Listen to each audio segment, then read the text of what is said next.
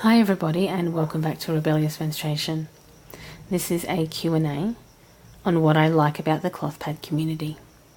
I did a video a little while ago, Q&A number 45, about what I dislike about the cloth pad community. This is kind of a counterpart to that video about what I like.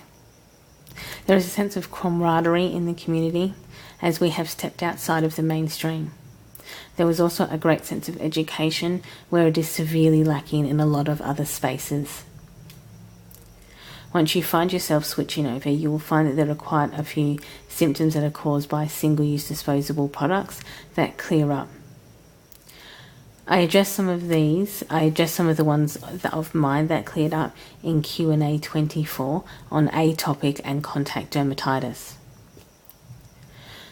Because quite often we are undereducated about our bodies and menstrual cycle and women's bodies in general, as well as any conversations specifically related to menstruation, are discouraged. It is embroiled in cultural stigma. It is still embroiled in cultural stigma and shame.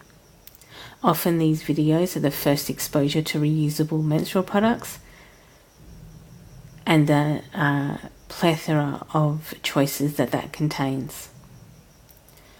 Even with a few low waste channels where the main features and or videos are about mostly low waste, like Sustainably Vegan or Shell Bizzle, often these videos, often they post videos on reusable menstrual products because of the environmental impact that single-use disposables have. Because they have a wider viewership, this increases and expands an audience exposed to reusable menstrual products and the environmental impact that single-use disposables have. The fact that tampons, which has been around in its current format only since the late 19th or the early 1930s, the late 1920s, and single-use pads since approximately 1888. However, with the current adhesive strip version since the late 1970s, have taken over public imagery so much so that they're considered normal, and this is a travesty. Marketing genius, yes, but a travesty against women, and has often played off these marketing has often played off the many cultural beliefs about women being unclean and holding all of this shame. The truth that menstrual products have traditionally been reusable and or involve naturally absorbent material has practically been eradicated from public consciousness. The cloth pad community's discussion, encouragement and promotion of a lack of shame and increased personal body awareness is definitively allowing a more positive interaction with reusable menstrual products and has allowed more environmentally friendly action to take place. The choice to go with a healthier, more sustainable option, along with increased awareness of body and menstruation, means that the cloth pad community is very positive and encouraging. Also, there are many false stories and myths that are still promoted as fact, such as on the Carefree, a single-use disposable tampon and pad company website. In the Q&A section on there is a question about the smell.